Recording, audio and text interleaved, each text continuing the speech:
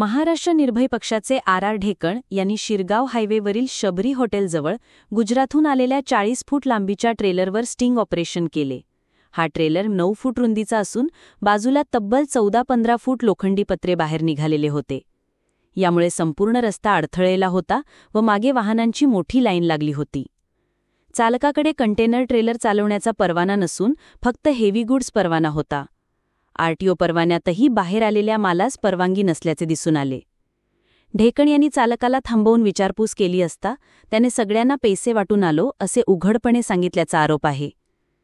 लगेचच ढेकण यांनी traffic police उपनिरीक्षक करोटे यांना माहिती दिली. करोटे यांनी बीट जमादारांना पाठवले.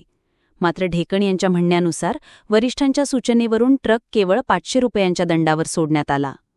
नियमानुसार असा मालवाहतूक प्रकार महाराष्ट्रात परवानगी नाही व यासाठी किमान 30,000 रुपयांचा दंड अपेक्षित होता.